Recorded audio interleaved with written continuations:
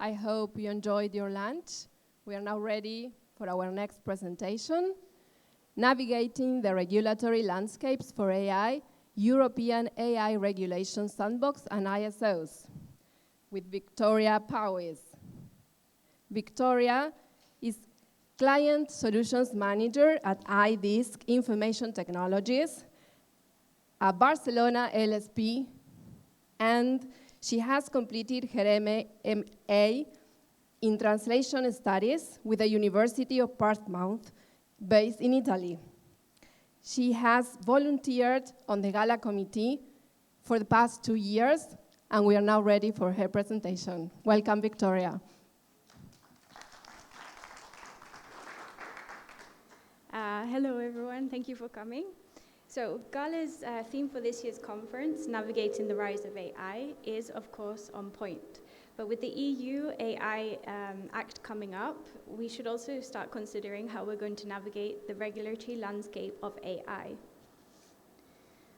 So I'd like to start with a quick 2-question poll, so we can see how our audience today is currently interacting with AI. If you'd like to take part, just scan the QR code on the right or go to slido.com, entering the number on the left. You can see a sea of phones, very nice. Okay, it is a 2-question poll, so when I click on the next slide, the first question should appear on your screen, and don't close after the first question, the second question should appear automatically. Okay. So the first question is, assuming you use AI in your company, what do you use it for? So of course there may be many different, 1 second. Can you hear me now? Better? Yes? Okay. First time using one of these microphones, sorry. So the first question is, assuming that you use AI in your company, what do you use it for? Of course, there are many different ways to use AI in the localization industry, but I've given a few examples on the slide. Okay. And multiple choice, you can select multiple answers. So if you use it for more than one thing, of course, select that. Okay. Okay, interesting. So we have the majority of people in our audience are using AI for translation, also a lot for content creation, some translation-related tasks, management processes, perhaps in project management, and some for other. Okay. The next question is, are you currently following any specific AI guidelines or regulations?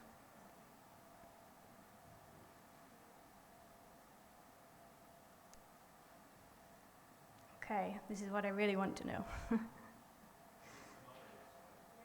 It's definitely anonymous, yeah, don't worry. Okay, so this is interesting. So the majority, but only just, are currently not following any specific AI regulations or guidelines, but we have some people in the audience who are. Well, I think at least in a couple of years' time, we will all have to respond yes to this. So obviously with the upcoming EU AI Act, this will have to change. And whilst there are similar laws being created in different parts of the world, including, for example, the USA's Blueprint for an AI Bill of Rights, our focus for today's session will be on the European Union AI Act. We will then have a look at how Spain was the first country in the EU to establish a controlled environment for testing this AI Act and why we think the localization industry should be involved. Following this, I'll give an overview of the AI-related ISOs that are already in existence, specifically the 42001. And finally, we'll see the expected upcoming steps for the EU AI Act and where the sandbox fits in. So why am I interested in this topic? Well, iDisk is an LSP based in Barcelona, in Spain. Our core business is language services, but we also have a strong background in IT.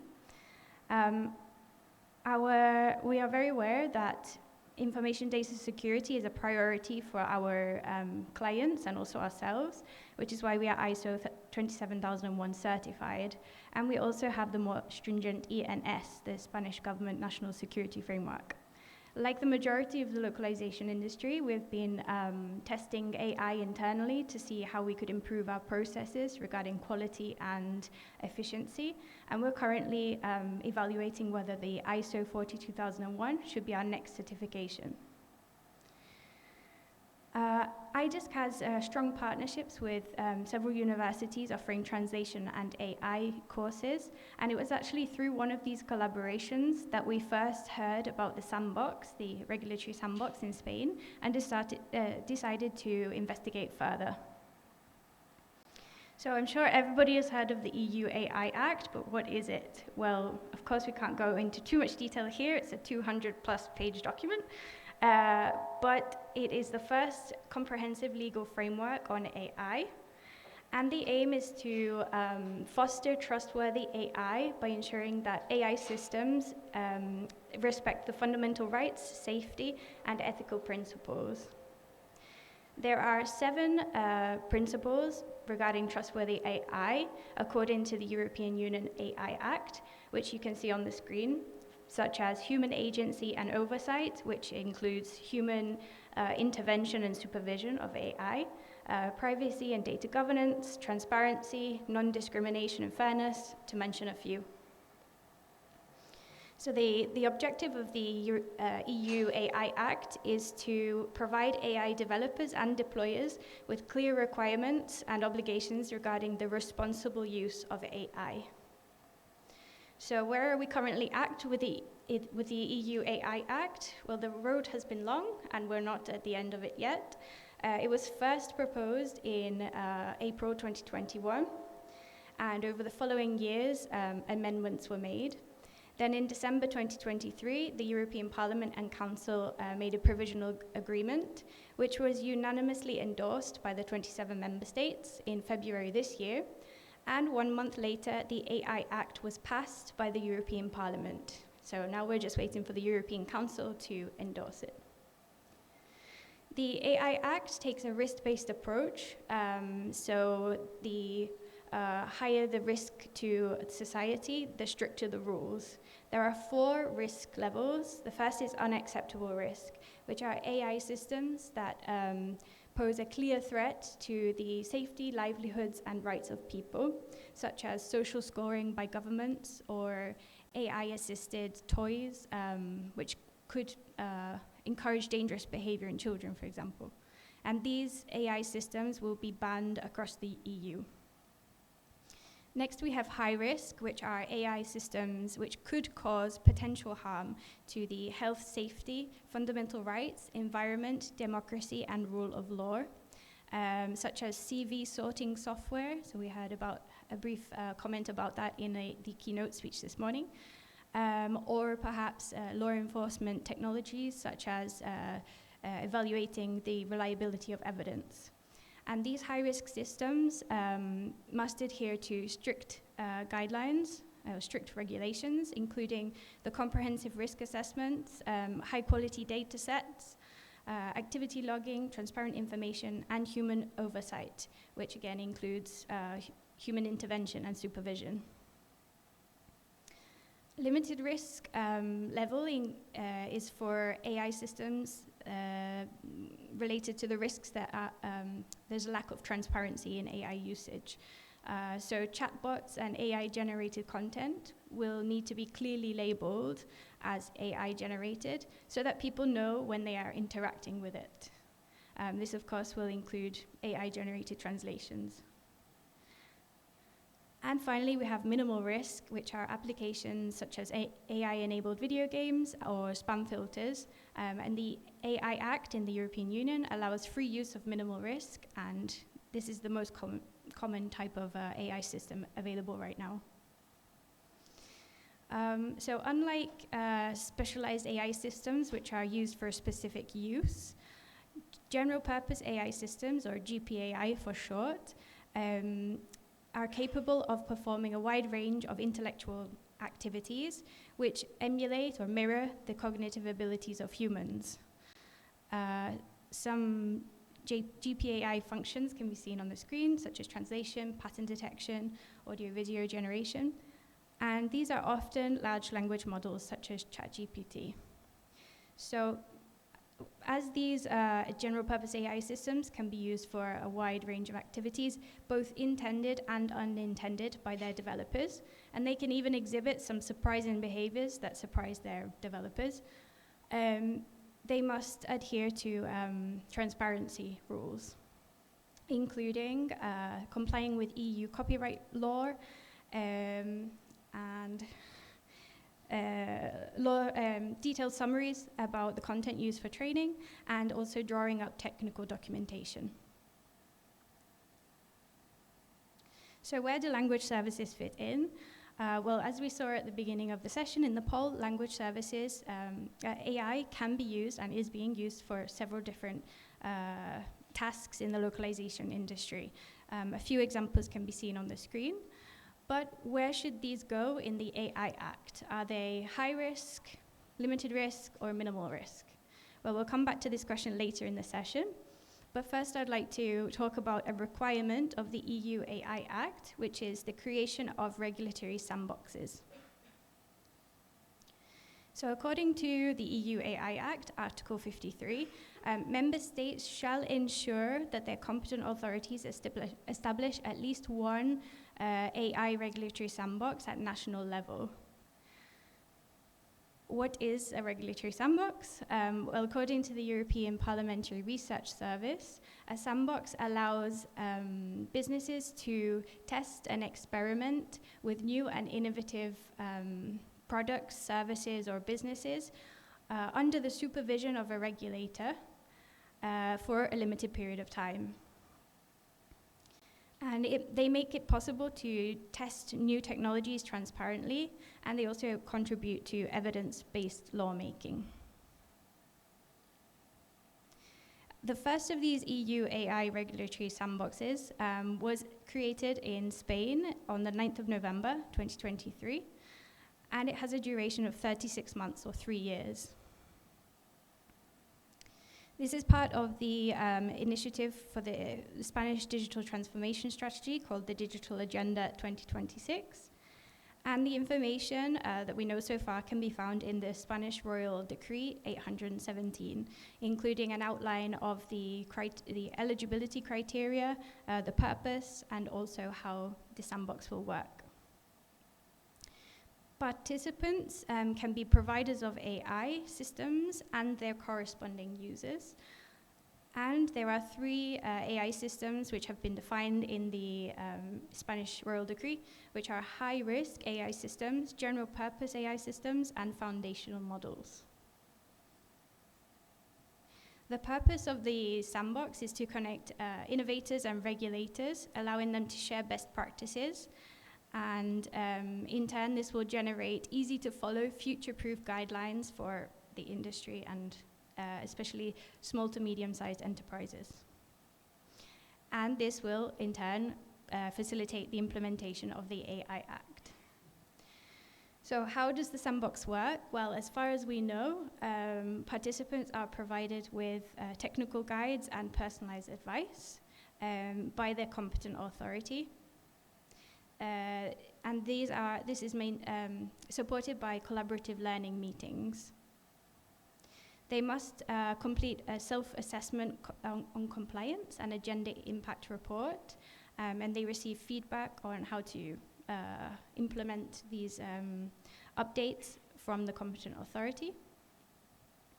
And there will also be a post-marketing monitoring plan, which includes follow-ups and the updating of technical documentation and guidelines. So where does translation fit in? Well, the term translation is only mentioned once in the Spanish Royal Decree, and it's as a function of a general-purpose AI system. But as we all know, translation is present in every industry, every socioeconomic sector, and so the question can be posed, should translation with AI be considered a high-risk activity? Well, for example, if AI is used to translate a car manual and an incorrect term is translated, could result in an accident. So this is, as we saw on a previous slide, high-risk systems are those which could cause potential harm to the health, safety, fundamental rights, environment, democracy, and rule of law. So in this case, it would be a potential risk to people's health and safety. Or perhaps AI is used in an interpreting situation in a medical environment, and the patient is misunderstood, meaning they receive an incorrect diagnosis or treatment. Or maybe translation is used AI is used in the translation of social media posts, and a culturally insensitive or even derogatory term is used. This is why it's vital that an expert is involved, an expert with background knowledge is involved throughout the translation process, even when using AI, particularly when using AI. And in fact, there's a group of Spanish translation universities who have joined together and are currently in conversation with the Spanish government, proposing that whilst translation appears invisible in many situations, the regulation regarding human supervision is key, and therefore translation should be considered high risk. So in the localization industry, we are one of the industries at the forefront of developing and using AI, and so we think it would be beneficial if localization industry companies could take part in a sandbox whenever they come available. So whilst the EU is still revising and testing the regulations, the International Standards Organization has already published several AI-related ISOs. We'll take a specific look at the 42001 for AI management systems and the 23894 for risk management. So hands up, who has the ISO 42001? Okay, nobody, good. Well, okay, one person. So the ISO 42001 mirrors the guidelines set by the EU AI Act regarding the protection of fundamental rights and the responsible use of AI in a company or organization. To see what it regulates, we can look at it in context with an ISO you may already be familiar with. Hands up if you have the ISO 27001. Yeah, a few more. So you may be familiar with some of these sections in the intersection. So both ISOs and also the 9001, which is another one you may already know, follow the same common framework of the management system family ISOs. Or perhaps you are familiar with 17100 ISO or the 18587, our industry-related ISOs, which, as you can see, just include a few of the requirements in the big ISOs. So the most relevant section in the intersection is the risk management, which for AI use needed its own ISO. So this is the 23894. And it provides a step-by-step guide on how to identify, analyze, evaluate, and treat AI risks. On the left, we have specific elements regarding the 27001, sorry, the numbers are big. And this, to say it briefly, focuses more on the physical aspects.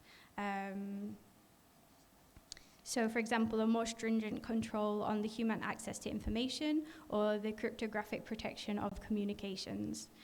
To comply with this ISO, for example, companies must have a detailed inventory of hardware and even wiring, or related to the human access. The user access rights are carefully defined and monitored. And on the right, we can see how the 42001 differs. And you'll see some familiar words that we saw earlier in the presentation, including fairness, transparency, ethics, responsible use of AI.